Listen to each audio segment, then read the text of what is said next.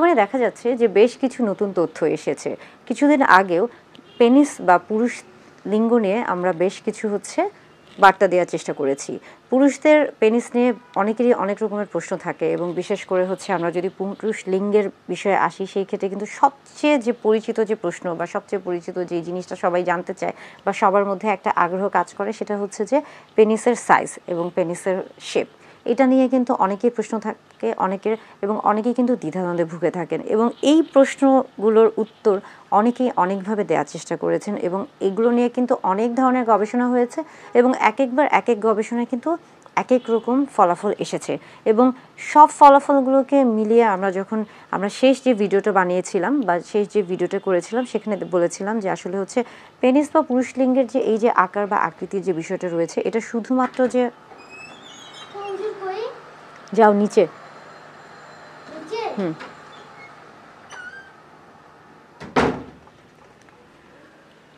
আমরা বলে থাকি যে পুরুষ লিঙ্গ বা পেনিসের এই যে আকার বা আকৃতি নিয়ে এত প্রশ্ন বা এত দ্বিধাদ্বন্দ্ব বা এত সমালোচনা আলোচনা কেন বা এটার আসলে প্রভাবটা কি ভূমিকাটা কি একজন মানুষের জীবনে দাম্পত্য জীবনে স্বামী স্ত্রী যখন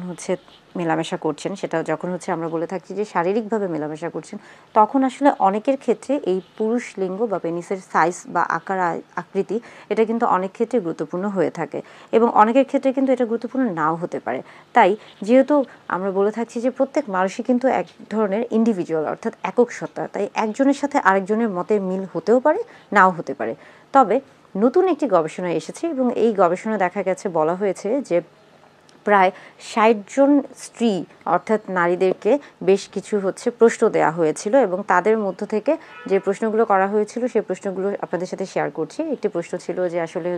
তিনি কেমন পেনিস পছন্দ করেন, বড় নাকি ছোট? সেই ক্ষেত্রে দেখা গেছে যে বেশিরভাগ নারী উত্তর দিয়েছেন যে তিনি বড় পুরুষ লিঙ্গ পছন্দ করেন এবং আরেকটা প্রশ্ন ছিল এরকম যে সেখানে কয়েক ধরনের পুরুষ লিঙ্গের একটা আকারের বর্ণনা দেওয়া ছিল বা দৈর্ঘ্য উল্লেখ করা ছিল। সেখানে দেখা গেছে যে বেশিরভাগ নারী বা স্ত্রীরা যেই পুরুষ লিঙ্গের যে দৈর্ঘ্যটা বেশি ছিল তারা সেটাই পছন্দ করেছিল। অর্থাৎ সেই ক্ষেত্রে বলা যাচ্ছে যে নারী বা স্ত্রীরা ইতিমধ্যে যে গবেষণাটা হয়েছে বা তৎক্ষণাৎ এই কয়েকদিনের মধ্যে যে গবেষণা হয়েছে সেখানে তারা আসলে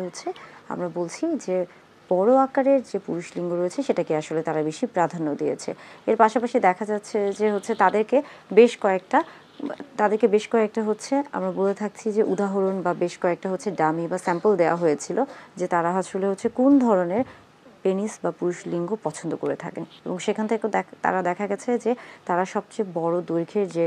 পুরুষ লিঙ্গটা ছিল বা পেনিস ছিল সেটাকেই নির্বাচন করেছে। এই থেকে বোঝা যাচ্ছে যে অতিরিক্ত নারী বা অতিরিক্ত স্ত্রীদের ক্ষেত্রে বা বেশিরভাগ স্ত্রীদের ক্ষেত্রে নারীদের ক্ষেত্রে তারা যেই পেনিসের সাইজ বড় সেটাকে বেশি প্রাধান্য দিচ্ছে। তাহলে সেই ক্ষেত্রে কি আসলে মোটা বা চিকন এটার কোনো সম্পর্ক আছে বা যৌন তৃপ্তির ক্ষেত্রে বা তাদের যৌন তৃপ্তির ক্ষেত্রে এই যে মোটা বা চিকন এটার সম্পর্কটা কি? সেই ক্ষেত্রেও যখন তাদেরকে প্রশ্ন করা হয়েছে তখন তারা এটাই বলেছে যে তাদের কাছে তুলনামূলকভাবে যেই পেনিস বা যেই পুরুষ লিঙ্গটা আসলে কিছুটা মোটা সেটাকেই তারা বেশি প্রাধান্য দিয়েছে। অর্থাৎ এই যে এতক্ষণ ধরে আমরা যে গবেষণাগুলোর কথা বলছি এটা খুবই কিছুদিন আগে এই গবেষণার ফলাফলটি এসেছে এবং এটা নিয়ে এখনও বেশ কিছু গবেষণা চলছে। তবে আমার কাছে মনে হয়েছে যে আসলে পুরুষ লিঙ্গ বা আমরা বলছি যে পেনিসের যে সাইজ অ্যান্ড শেপের যে ব্যাপারটা এটা আসলে একান্তই আপনার এবং আপনার সঙ্গী অর্থাৎ স্বামী স্ত্রীর দুজনের মধ্যে সম্পর্ক। আপনাদের যদি পারস্পরিক সমঝোতা ভালো থাকে বা আপনাদের যদি আত্মিক সম্পর্কটা ভালো থাকে সেই ক্ষেত্রে আসলে এই বিষয়গুলো খুব বেশি প্রভাব ফেলার কথা না। হ্যাঁ, অনেক সময় প্রভাব ফেলতে পারে যদি আপনাদের দেখা যাচ্ছে আপনাদের নিজেদের মধ্যে তেমন কোনো একটা খুব একটা ভালো দৃঢ় একটা বন্ধুত্বপূর্ণ সম্পর্ক নেই। সেই ক্ষেত্রে দেখা যাচ্ছে যে অনেক ধরনের সমস্যা হতে পারে। অনেকেই জানতে চান যে আসলে তিনি পুরুষ লিঙ্গের পরিমাপটা কিভাবে বুঝতে পারবেন বা তার পুরুষ লিঙ্গ কতটুকু এই দৈর্ঘ্য এবং প্রস্থটা তিনি কিভাবে বুঝতে পারবেন। সেই ক্ষেত্রে বলতে চাই যে এটা আসলে পরিমাপটা তিনভাবে করা হয়ে থাকে বা তিনটা অবস্থায় আপনি এই পরিমাপটা নিতে পারেন। একটি ফ্ল্যাসিড পেনিস অর্থাৎ আমরা বলে থাকি যে স্বাভাবিক অবস্থায় যে পেনিসটি রয়েছে বা যেটি আসলে স্বাভাবিক অবস্থায় থাকে বা নিচে ঝুলে থাকে সেটাকে আসলে ফ্ল্যাসিড পেনিস বলা হয়ে থাকে এবং আরেকটা যে ইরেক্ট পেনিস অর্থাৎ এটাকে বলা হয়ে থাকছে যে যখন উত্থান হচ্ছে পেনিসের তখনই এটাকে ইরেক্ট পেনিস বলা হয়ে থাকছে এবং এই অবস্থায়ও কিন্তু পরিমাপ নেওয়া হয়ে থাকে। এবং আরেকটা হচ্ছে যে এসপিএল, এটাকে বলা হচ্ছে যে স্ট্রেচ পিনাইল লেন্থ, অর্থাৎ যখন আপনার ধরুন যে এই ক্ষেত্রে হচ্ছে আপনার পেনিসটা এখানে হচ্ছে আমরা বলে থাকি যে এভাবে ফ্ল্যাসিড অবস্থায় আছে, ঝুলে আছে, এবং সেটাকে আপনি হচ্ছে টেনে সোজা করছেন বা একটু হচ্ছে এই যে চামড়াগুলো রয়েছে এটাকে একটু পিছনের দিকে টানছেন বা স্ট্রেচ করছেন, সেটাকে আসলে এসপিএল বলা হয়ে থাকে।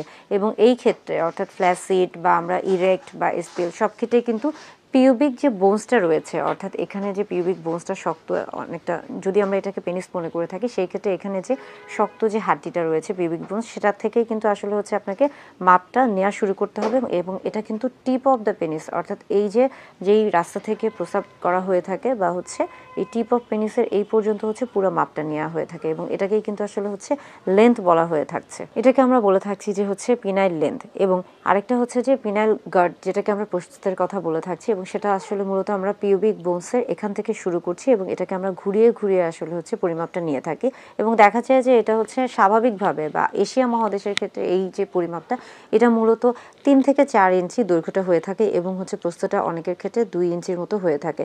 অনেকের ক্ষেত্রে এর চেয়ে কম হতে পারে, এর চেয়ে বেশিও হতে পারে, তবে এটা হচ্ছে আমরা বলে থাকছি যে গড়ে। এছাড়া আমরা যদি হচ্ছে পুরো বিশ্বের সবার ক্ষেত্রে আসি, যে অর্থাৎ হচ্ছে পুরুষদের ক্ষেত্রে স্বাভাবিক হচ্ছে পেনিসের দৈর্ঘ্য বা প্রস্থ কত, সেই ক্ষেত্রে কিন্তু অনেক রকমের পরিবর্তন আসতে পারে। কেননা এই জিনিসগুলো আসলে নির্ভর করছে একজন পুরুষের হচ্ছে বয়সের উপরে, তার বংশগত, আমরা বলে থাকি যে তার জেনেটিক যে বিষয়গুলো রয়েছে সেটার উপরে, এছাড়া তার ভৌগোলিক যে অবস্থান রয়েছে, এছাড়া সে কী ধরনের খাদ্য গ্রহণ করছে পুষ্টির উপর, এবং পাশাপাশি আমরা বলে থাকছি যে তার স্বাস্থ্যগত যে অবস্থা, অর্থাৎ তার শারীরিক কোনো সমস্যা আছে কিনা বা সে এমন কোনো শারীরিক সমস্যা ভুগছে কিনা যে যেটার কারণে তাকে বিভিন্ন রকমের ওষুধ নিতে হচ্ছে এবং সেটার হয়তো বা কোনো ধরনের পার্শ্ব প্রতিক্রিয়া তার প্রতি হতে পারে। এই প্রত্যেকটা বিষয় আসলে হচ্ছে একজন পুরুষের পুরুষ লিঙ্গ বা পেনিসের, আমরা বলছি যে দৈর্ঘ্য এবং প্রস্থ, সব কিছু কিন্তু এই বিষয়গুলোর উপর নির্ভর করছে। তবে আপনার পুরুষ লিঙ্গ বা আপনার পেনিসের সাইজ যেটাই হয়ে থাকুক না কেন, সবসময় হচ্ছে আত্মবিশ্বাসটা রাখবেন, নিজেদের মধ্যে সবসময় হচ্ছে কনফিডেন্টটা বজায় রাখবেন, তাহলে আসলে খুব একটা সমস্যা হওয়ার কথা না। সেই ক্ষেত্রে আপনার যৌন জীবনও ভালো থাকবে এবং হচ্ছে আপনি এবং আপনার স্ত্রী, অর্থাৎ স্বামী স্ত্রী দুজনে একটা দাম্পত্য জীবন খুব ভালোভাবে কাটাতে পারবেন।